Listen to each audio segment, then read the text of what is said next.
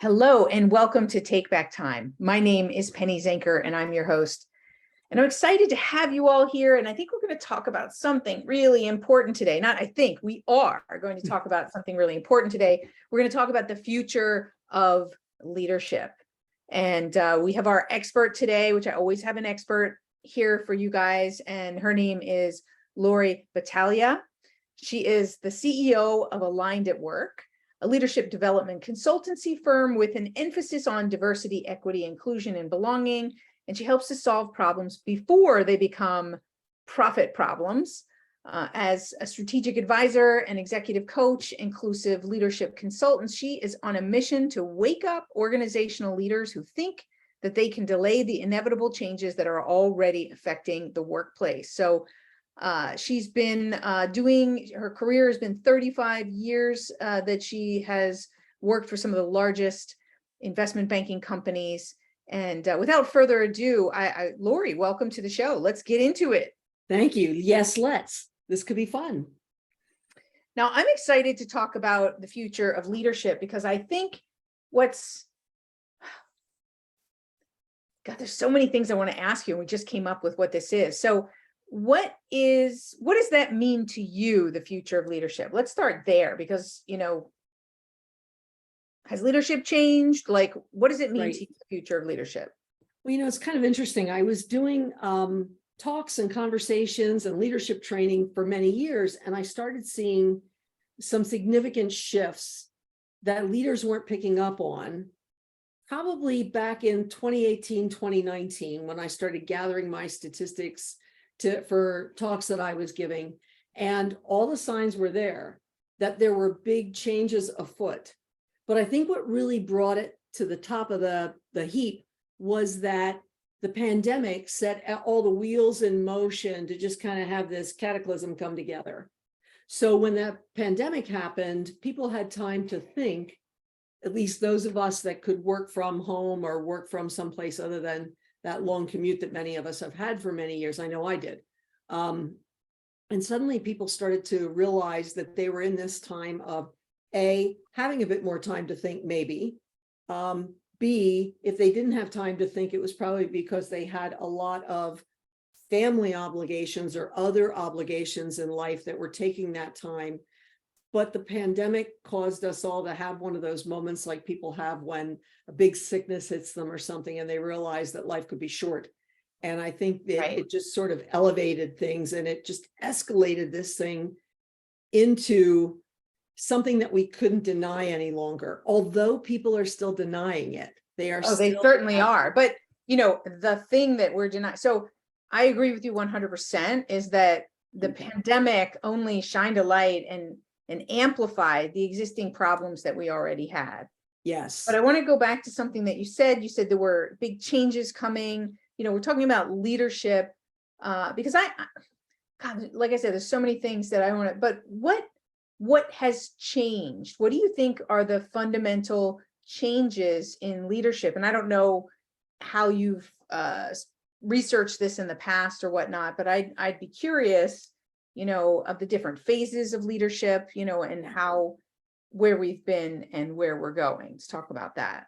Yeah, when I started putting the information together, part of it was what I was just gathering, from my own listening to people and hearing them say things and spotting trends, which is something I've had the knack for doing for a long time. Then I went looking for the research to find out, was it true?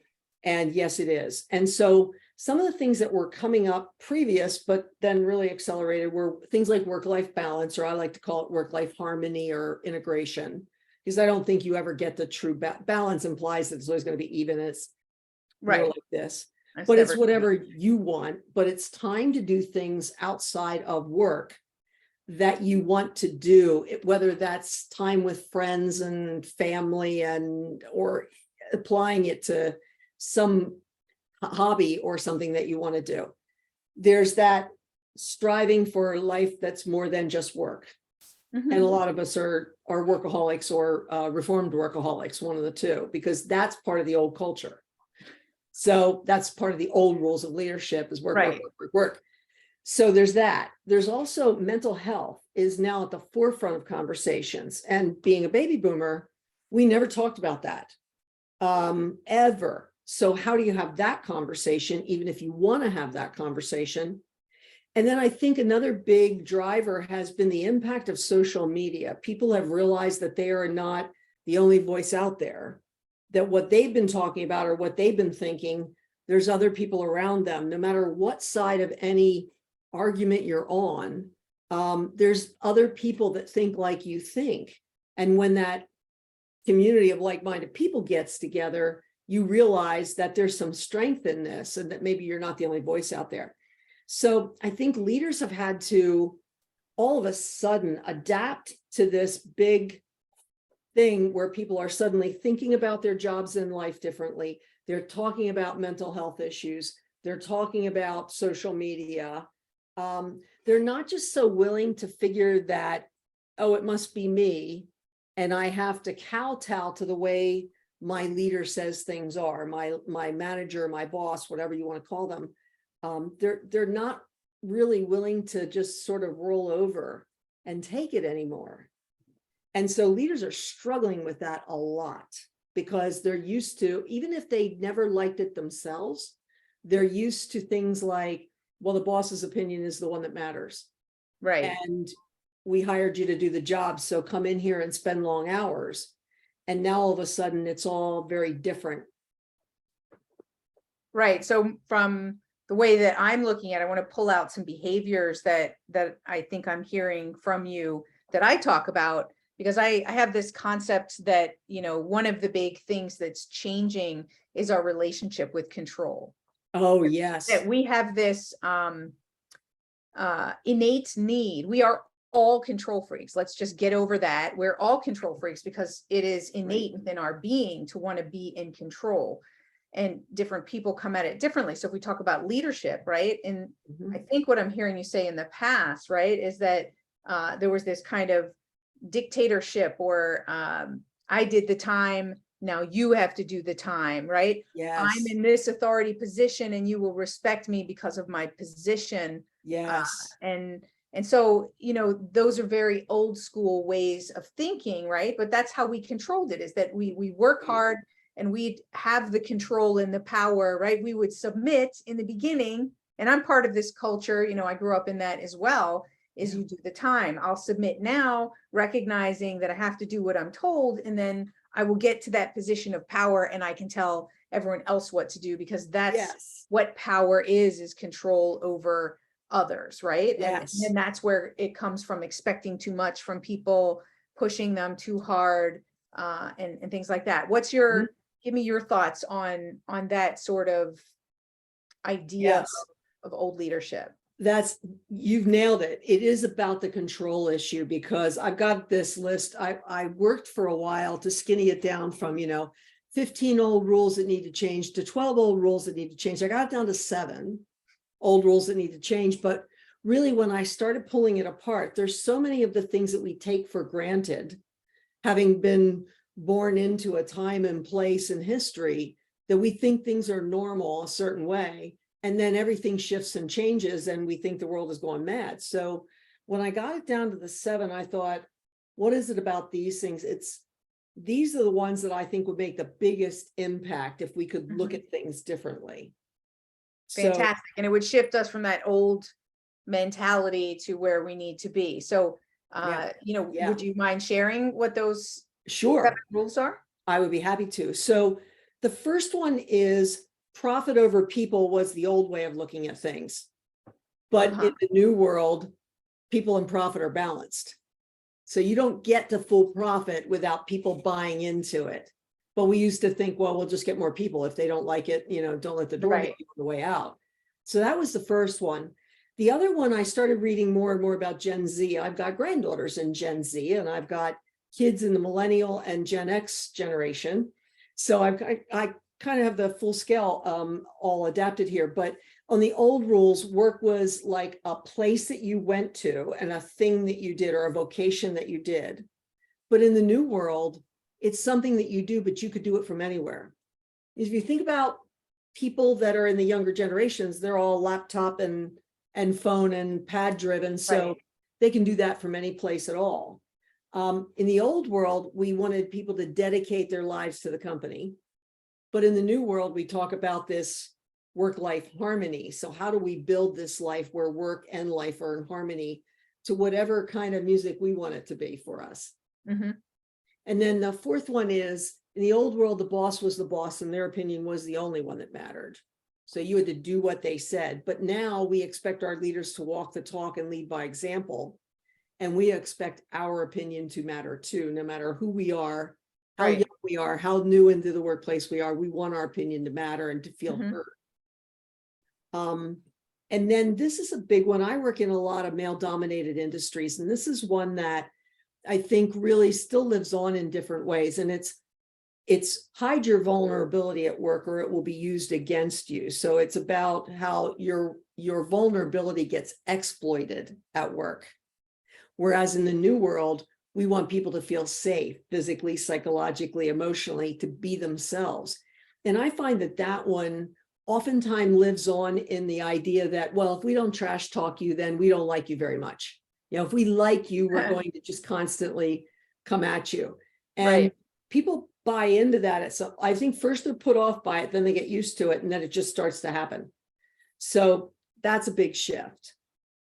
And then two more. You've got one chance, one role to make it in the old world, but in the new world, assuming that the company is big enough to have the opportunities, if the role isn't a fit for your strengths and skills, let's find something that fits better.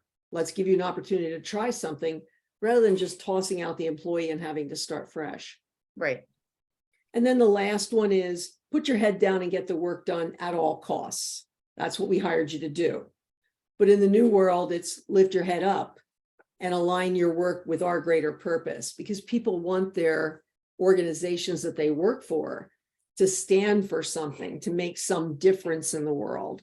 And we're seeing that across generations. Right.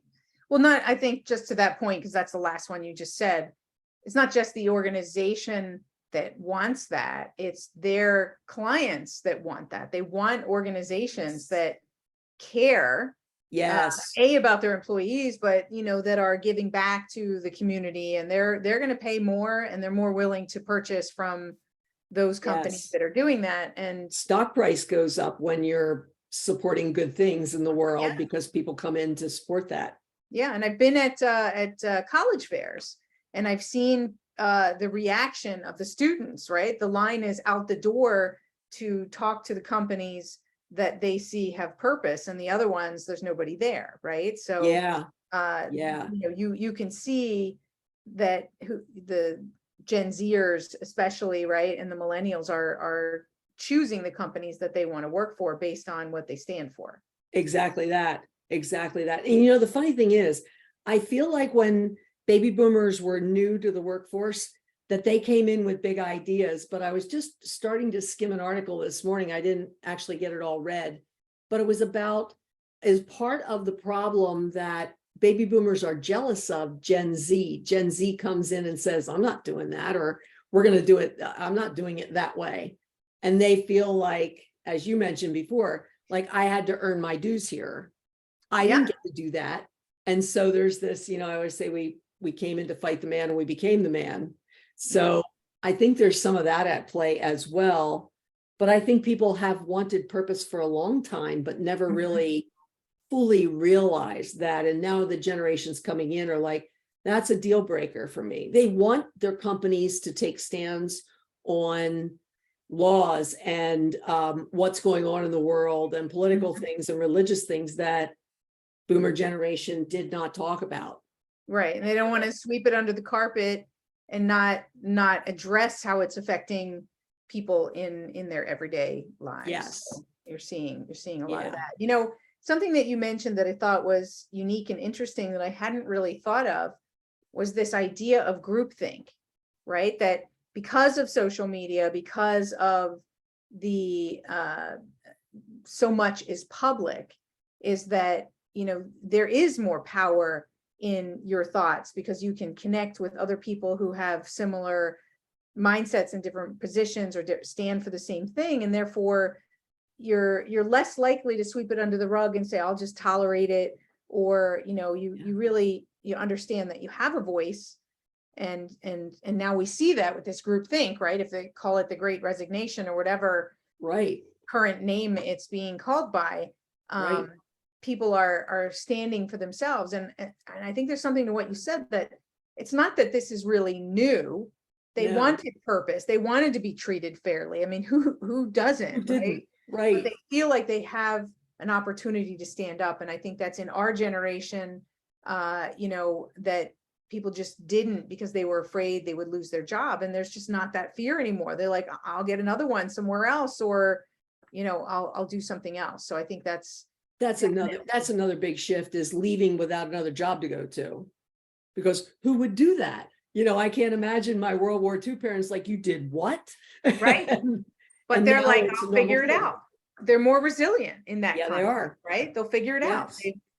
Especially now, it's interesting, I think, and then I want to come back to, but I heard somebody in the pandemic say, oh, the children of today are going to be so much more fearful and withdrawn.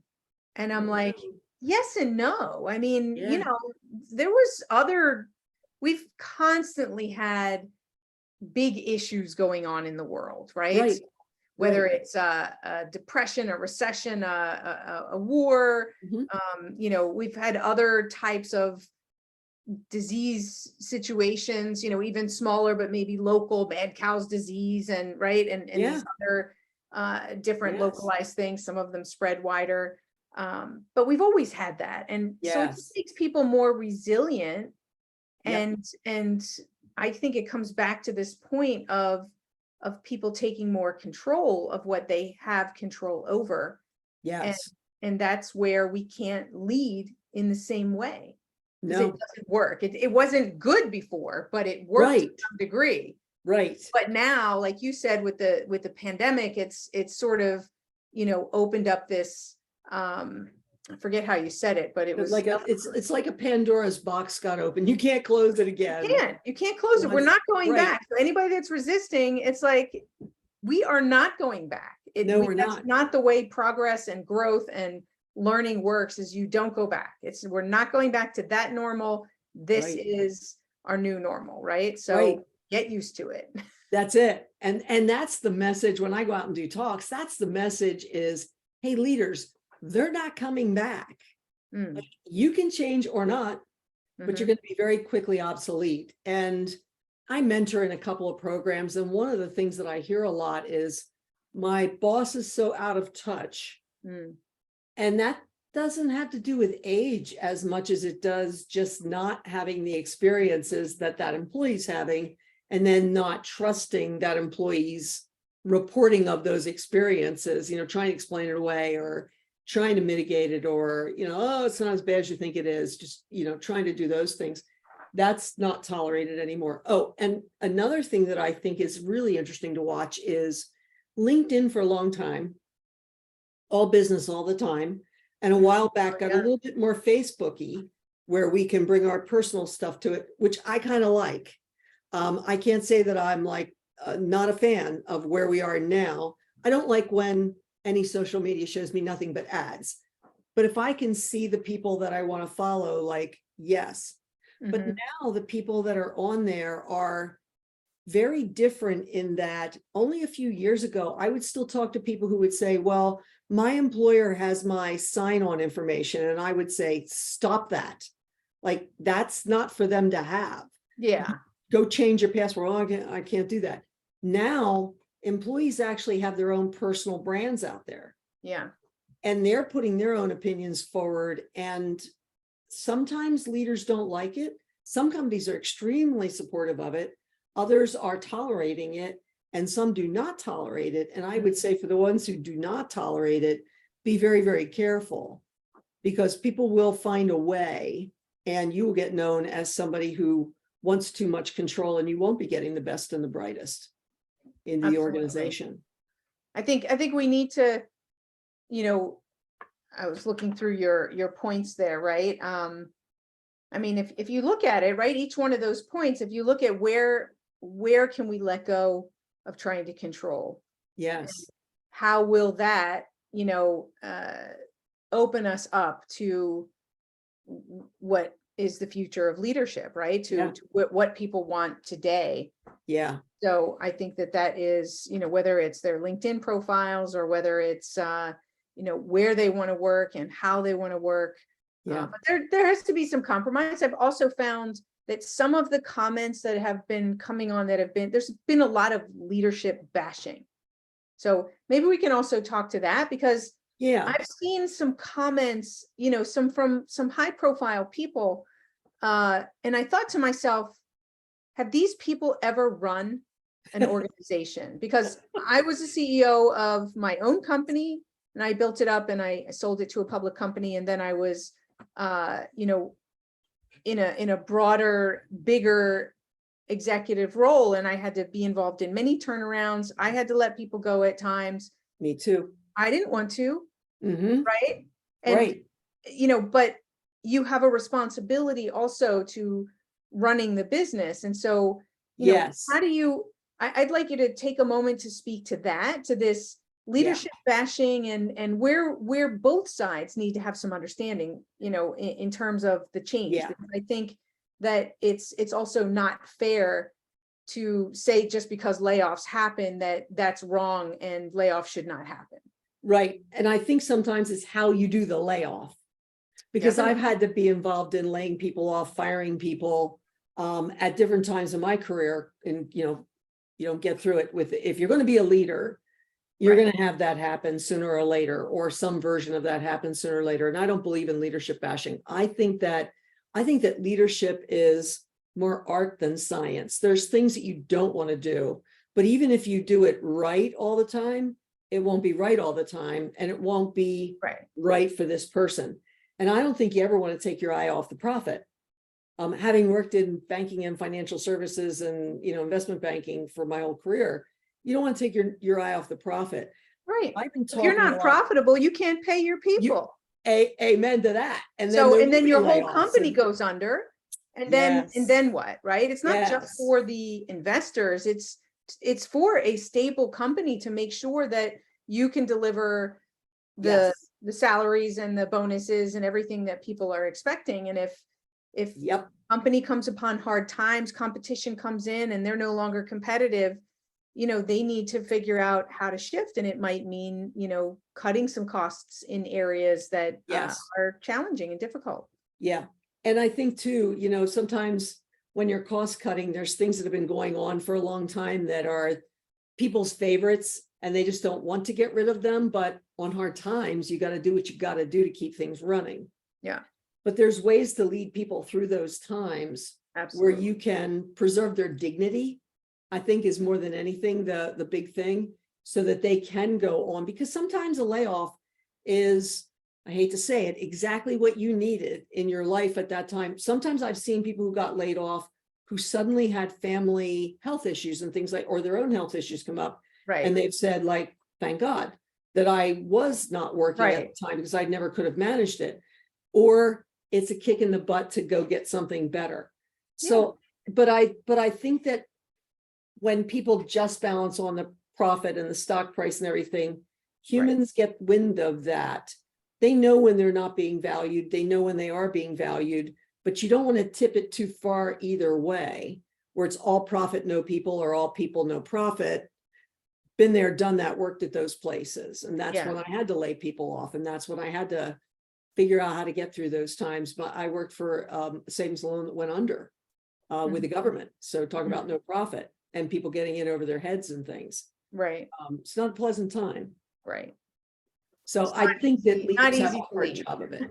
Yeah. So pardon me. Sorry. It's not easy to be in a leadership position, right? It's not always, it's like being a parent, right? Is you can learn certain skills, but there's always new situations that are coming up and they're always different than the last. You've got 2 kids, they're completely different, right? Right. In the way works with this one does not work with that one. Right. Yeah. And that's also the same in our leadership, is that it's constantly changing.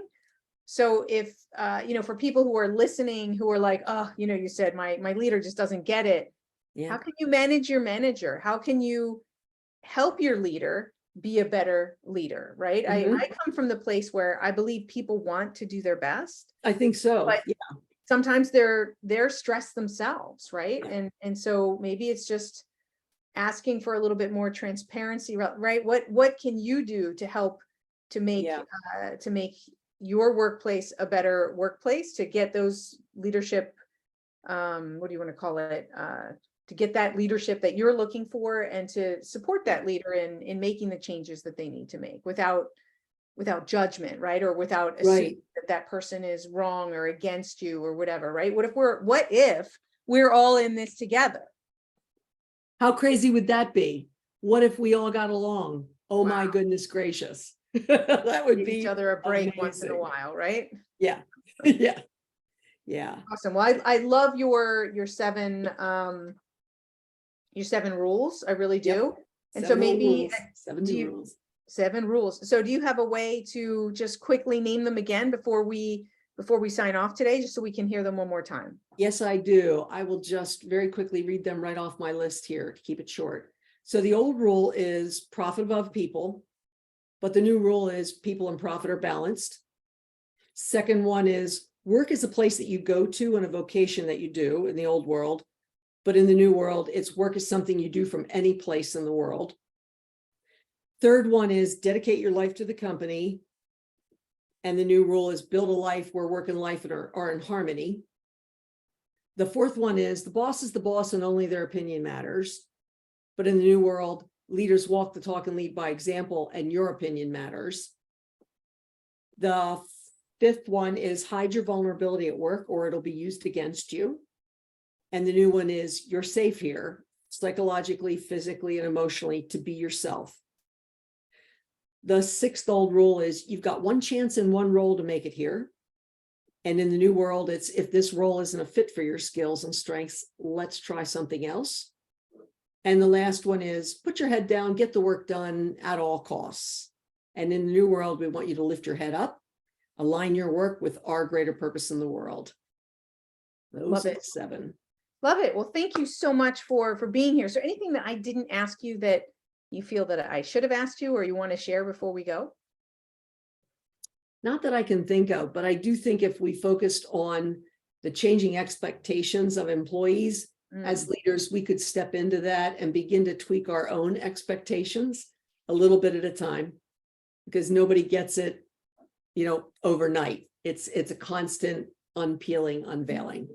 Definitely. Well, expectations haven't, I just want to dig into that for 1 second before we sign off. Many times expectations haven't changed. And that's why, right, when circumstances change, we have to reevaluate our expectations and see, are they real? Are they true? Are they relevant for the Yes. current circumstance and situation? And I would agree that that's probably one of the main issues, is those expectations haven't changed, because expectations are how we control. Right. And honestly, I think one last thing is that if we just listen to people and we acknowledge and validate their understanding of something and then meet them where they are, that would go a long way for great leadership. But I think we're coming from our own point of view, and we think debating and arguing about it is probably or explaining it away is probably the thing. And that's when people feel like they're not being valued, they're not being heard. Yeah. And that to me is one of the basic tenets of feeling like you belong. Absolutely. And that's interesting, because that's a leadership principle that is fundamental, tried and true, but like across all generations, is just Yes. to listen. Yeah, it's a basic So, human need to yeah. feel heard. Yeah, it reminds me of a dear friend of mine, Dr. Thomas Duncan. He talks about simple things better, make simple things better. So Yes. that reminds me, right? Listening is simple, but somehow there's a gap. Yep. So Exactly. let's do those simple things better. Exactly. Awesome. Well, thank you, Laurie, for being here. I appreciate Thank it. Where can people find out more information about you? People can find it out either on you can find me on LinkedIn. I'm all over LinkedIn. So look up Laurie Battaglia, LaurieBattaglia. And I am all over LinkedIn. And they can also go to our website, which is alignedatwork.com. You can see that on the wall behind me. And I think that would do it. Laurie at aligned@work is .com is my email address. Reach out. I'm here. All right. Thank you so much. Thank you, Penny. And thank you all for being here. And no matter what position that you're in, if you are a leader today, and so you're looking at how you can be a better leader going forward, or maybe you are thinking about or stepping into leadership in your future, so important to take these rules that Laurie had shared with us to really take them to heart and understand that just because you've been led a certain way doesn't mean that that's how you should lead others. We're in a different place. We're in a different time. We have so many generations in the workplace today, and you need to be able to lead all of them, and especially the majority. I forget what percentage it is, people, but it's like 75% is something like that, millennials and Gen Zs together. So we've got to understand the new generations, what's driving their thoughts, their behaviors, and their decisions, and help them to be the best employee they can be while being the best leader that you can be. So that's what our show is about today, the future of leadership. Thank you all for being here again. My name is Penny Zenker, and this is Take Back Time. I'll see you in the next episode.